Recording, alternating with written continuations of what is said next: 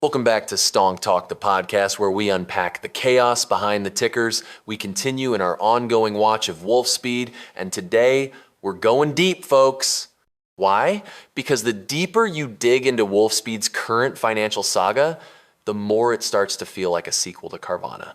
Yep, Carvana Company with used car vending machines, a mountain of debt, and one of the craziest, most recent market turnarounds in recent memory.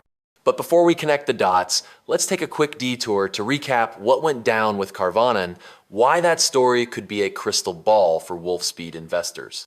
Carvana's business model wasn't the problem. Buying used cars online, consumers liked it. But what tanked them was their capital structure. They borrowed over $5.5 billion in unsecured debt, built out a flashy national footprint, and then got sideswiped when interest rates spiked and used car prices nosedived after COVID. The result? A liquidity crisis? So, they called in the big guns, Moelis Company and Kirkland Ellis. Carvana's first move was a debt exchange, offering to swap old, unsecured notes for new, longer-dated secured ones. It was clever, but it wasn't enough. Major bondholders like Apollo, PIMCO, and Ares formed a blocking block, essentially saying, no dice. Carvana had to sweeten the pot a lot. After months of negotiation, they reduced more than $1 billion in debt, raised $350 million in equity, and tapped their ATM program for another $225 million. Moelis played the role of capital stack gymnast. It wasn't pretty, but it worked. Carvana stayed out of bankruptcy, and their stock, it pulled off one of the most stunning rebounds in recent Wall Street history. Now, enter Wolfspeed. They're trying to become America's champion in silicon carbide chip manufacturing critical tech for EVs and power systems.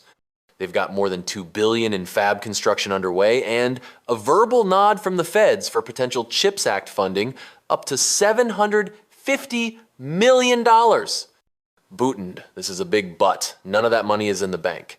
And if Wolfspeed ends up in bankruptcy, prepackaged or not, it's possible that CHIPS Act money evaporates completely.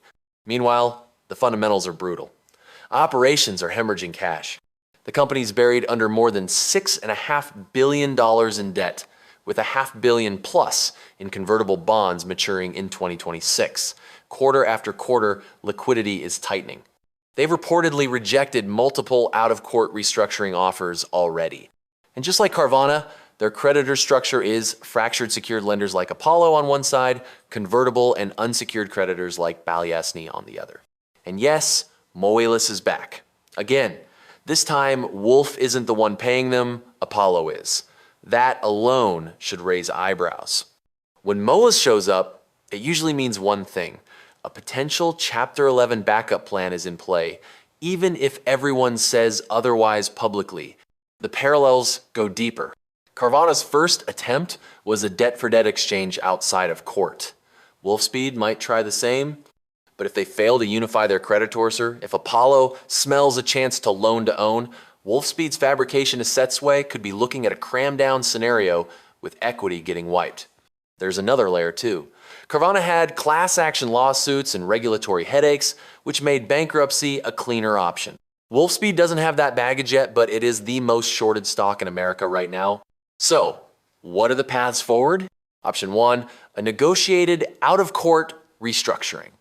Everyone takes a haircut, Wolfspeed survives as a leaner version of itself, and equity maybe lives to see another day. Option 2, a prepackaged bankruptcy. Apollo and other secured creditors take control, the stockholders probably torched. And what's fascinating is how players like Balyasny are positioned. They're hedged in every direction, puts, calls, convertible bonds, and a pinch of common stock. That signals they're not betting on direction, they're betting on volatility. They're ready for either outcome as long as it's explosive. If you're in Wolf right now, or thinking about it, don't just stare at the balance sheet, look at the playbook. Carvana walked this road 2 years ago. Same script, different industry, and if history is any guide, the ending here won't be boring. Thanks for tuning in to Stonk Talk.